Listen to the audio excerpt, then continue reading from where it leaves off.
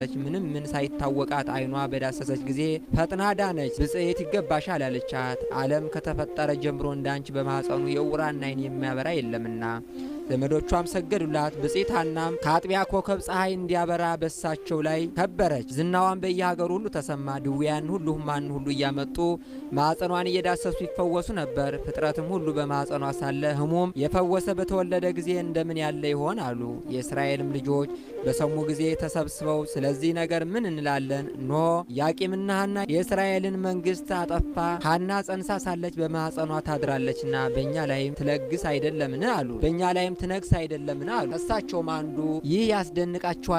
ሙሴ እንደ ጻፈው በድንጋይ ወግረን እንገላታለን ኑ አላቸው። መንፈቀ ሌሊትም በሆነ ጊዜ ስሙ ገብርኤል የሚባል መልአክ ከሰማይ ወርዶ በዘመድ የከበራችሁ ኢያቄምና ሐና ሆይ ተነሱ አላቸው። ሊባኖስ ወደሚባል ተራራም ወሰዳቸው። እኛም ከአሩ የሰይጣን ወጥመድ ታድንና መፍራትንም መወደድንም የተመላሽ ስሟ ማርያም የምትባል በዚያ ተወለደች። ወደ ጥንት ነገራችን እንመለስና የጽንሷም ወራት በተፈጸመ ጊዜ በግንቦት አንድ ቀን ከፀሐይ የምታበራ ሴት ልጅም ወለደች። የመልኳም ደም ግባት ከማርና ከሶከር ይልቅ ደስ ያሰኛል። የመዓዛዋም ሽታ ከሁሉ ይበልጣል።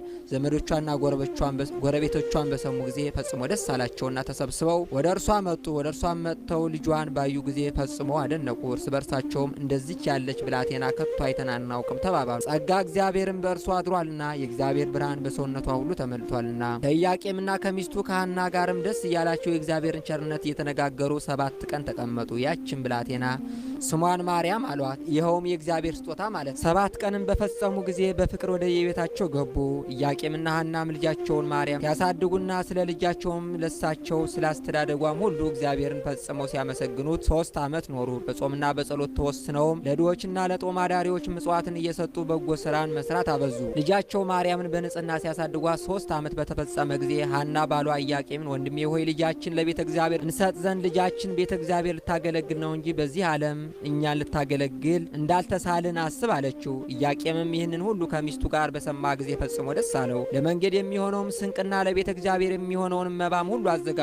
ቤተሰቦቿና ባልንጀሮቿም ዘመዶቻቸውም ሁሉ ጠሩ። ልጃቸውንም ይዘው ሄዱና ወደ ቤተ መቅደስ አስገቧት። ካህናት በቤተ መቅደስም ያሉ በሰሙ ጊዜ እነርሱን ለመቀበል ወጥተው መንፈሳዊ ሰላምታ ሰጧቸው። ኢያቄምና ሐናም ልጃቸው ማርያምን አመሰገኗት።